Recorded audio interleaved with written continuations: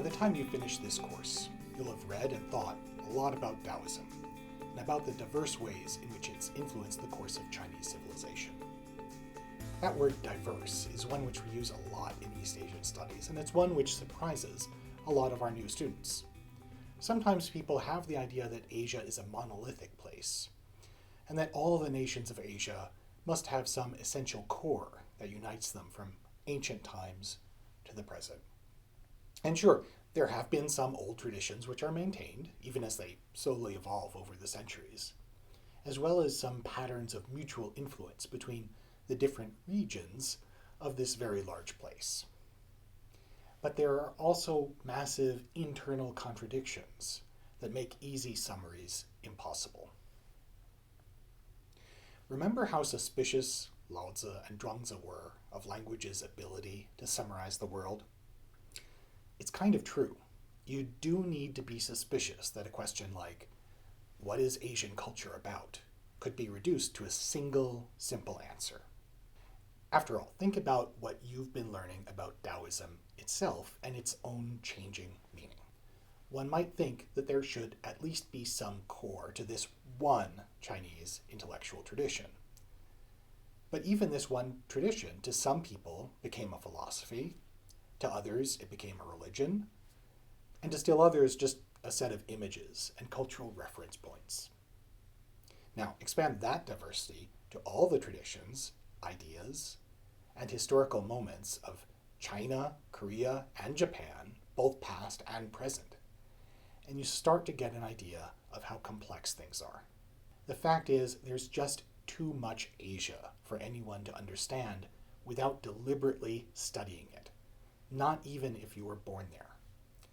That's why we have a major in East Asian Studies. We want to give students who are interested in Asia a chance to really understand the complex interactions between China, Korea, and Japan from ancient times through the 21st century.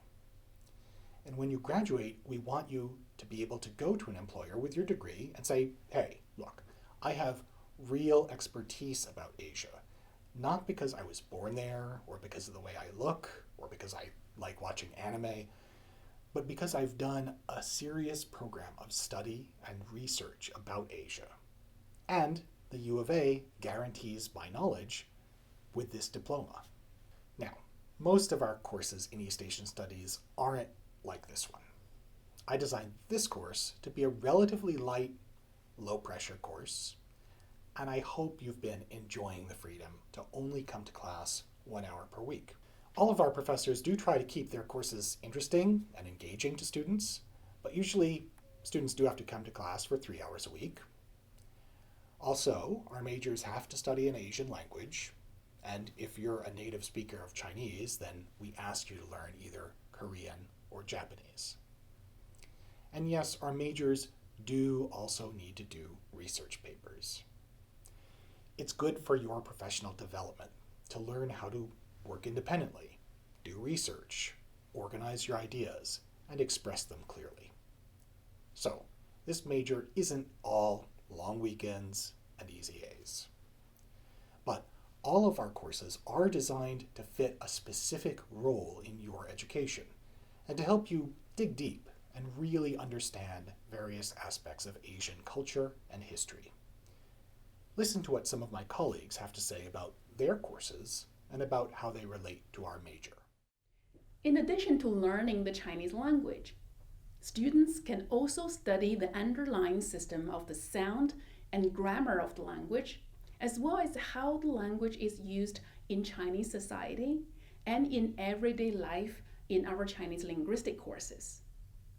The knowledge of the sound and grammar systems of Chinese language will benefit students' career as a Chinese language teacher and Chinese English translator.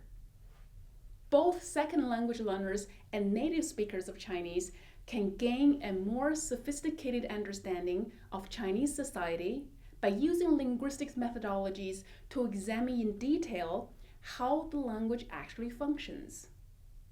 This knowledge will prepare students for work related to China in both public and private sectors. We have the fastest growing and largest Korean language program in Canada. I teach Korean culture from early times to K-pop.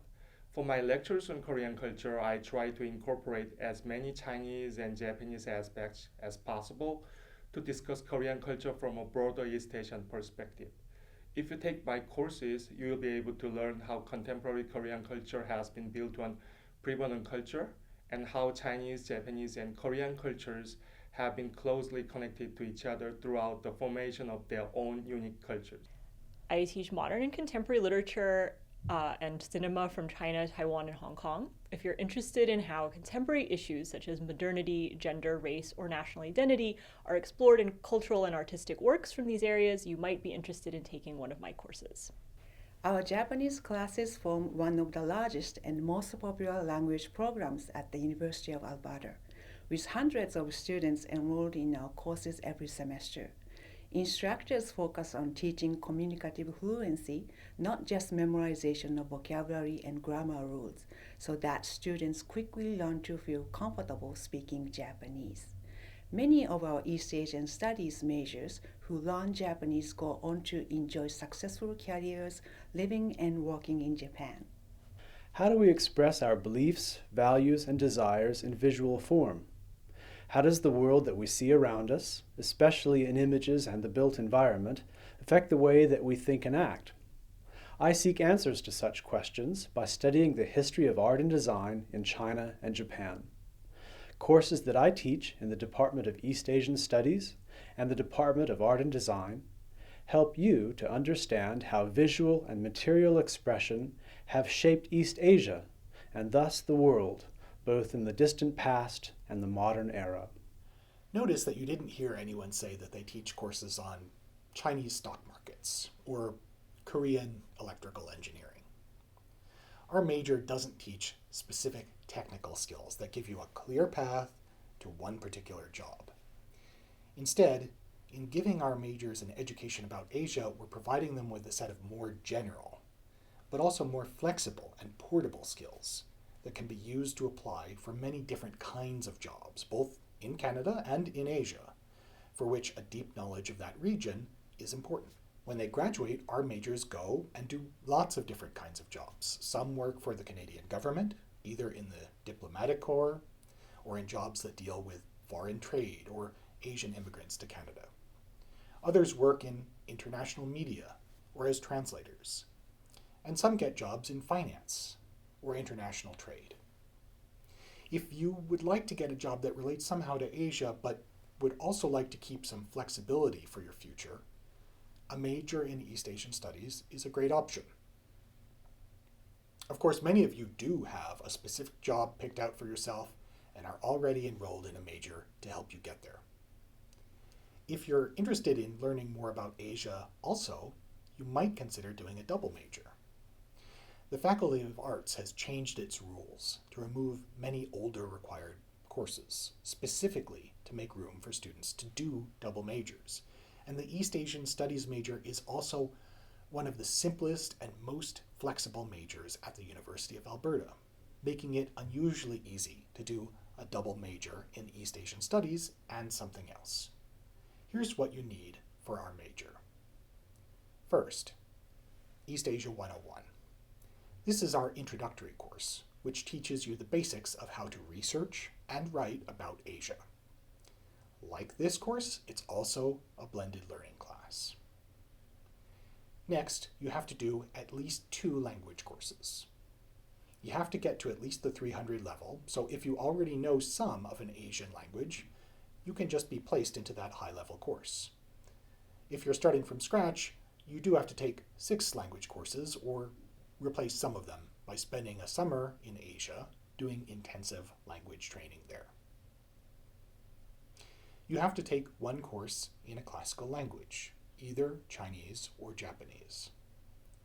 And you have to take at least 2 courses at the 400 level. And that's it. So long as you take 11 total courses, and some of those 11 meet all of the above requirements, that's our major. Many of you would be able to do it in a year and a half. But here's the thing, and this is more important than what the details of our major requirements are. Think about what the dao of your own life is. what way is right for you. There's much more to life than your major in university, but it is a choice which sets you on one path versus another. And that's something I can't tell you in this video. It's also probably something that your friends can't tell you, or even your parents. They may be the ones paying for your college education, and you should listen to them, but ultimately, you're the one who has to live your life. Remember Wheelwright Pian? It took some courage for him to talk back to Du Quan, to tell him that the Confucian classics, which everyone thought were so full of good advice, were in fact just useless to him. Lots of dead words on the page. He knew how to make wheels by making wheels, learning the secret by feeling his own way through. It wasn't something that he could learn from anyone, and it wasn't something he could teach anyone. Similarly, people can give you advice, but you're the only person who knows what it feels to be you. Which path you want to take in life, and which major will help you get there. I'd say have confidence in your own knowledge of your own life. If taking more courses in Asian studies is the right dal for you, then do it. And if not, then don't.